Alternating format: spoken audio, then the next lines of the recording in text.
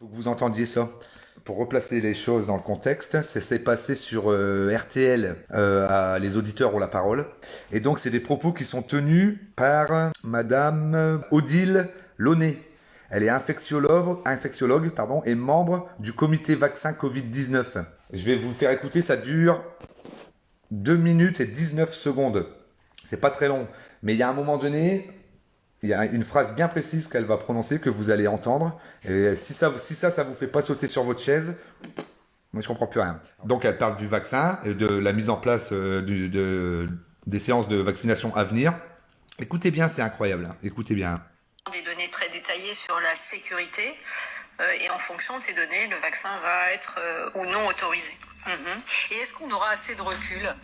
Écoutez. Parce que par exemple, sur les effets secondaires, on n'en sait rien en fait. Pour les effets indésirables, donc ce qui a été demandé, c'est d'avoir au minimum 2 mois de recul en médiane, c'est-à-dire la durée médiane de suivi des participants dans ces essais. C'est très court, évidemment, mais ça veut dire qu'il y a des vaccins qui seront déjà sur le marché, qu'on aura commencé à vacciner sans avoir les résultats? Ah non, on aura ces données. Ce qui a été demandé, c'est ces données sur 2 mois. Donc on aura ces données sur 2 mois. Bien sûr, 2 mois, c'est court. Et donc ce qui explique qu'on va vacciner en priorité les personnes qui sont le plus à risque de faire des complications de cette maladie pour lesquelles on peut accepter qu'il y ait des effets indésirables. Donc on va, dans le cadre de ce qu'on a... Vous avez entendu ce qu'elle vient de dire ou pas? Est-ce que vous avez entendu ce qu'elle vient de dire? Elle est infectiologue, hein, et tout le tralala. Hein. Elle vient de dire qu'ils vont vacciner en priorité les personnes les plus à risque, donc évidemment nos anciens, nos vieux, pour lesquels on peut accepter qu'il y ait des effets secondaires. C'est-à-dire en gros qu'ils vont utiliser nos vieux et les personnes fragiles comme cobayes.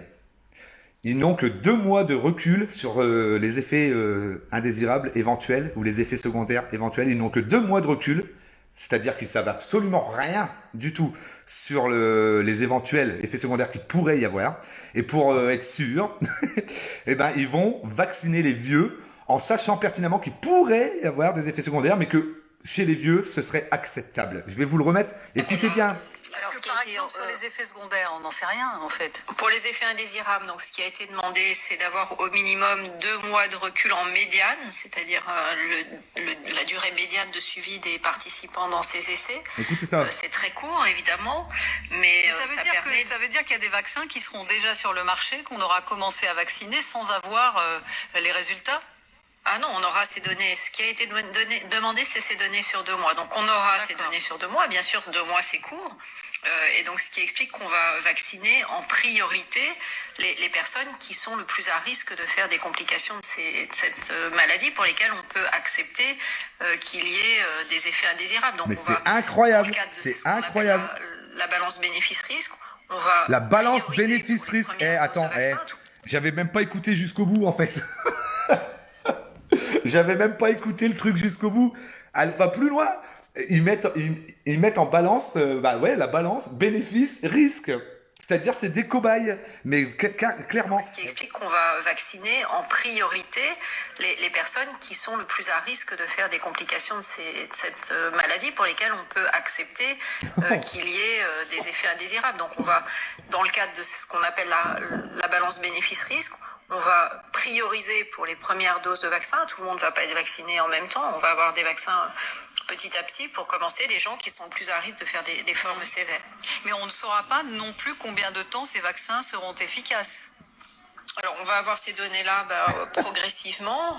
On commence à avoir des données sur la persistance de la protection que confère l'infection. Ça veut rien. Et donc, on sait maintenant que probablement on est protégé plus longtemps que ce qu'on pouvait penser avec une première infection. Donc, de la même façon, on va avoir les données sur la protection conférée par le vaccin au fur et à mesure. C'est pas parce que le vaccin va être autorisé qu'on va commencer à l'administrer, qu'on va arrêter toute surveillance. Il y a bien évidemment, en même temps que la vaccination va se mettre en place, une surveillance extrêmement soigneuse qui va se mettre en place à la fois sur les aspects de sécurité et sur les aspects d'efficacité de la vaccination.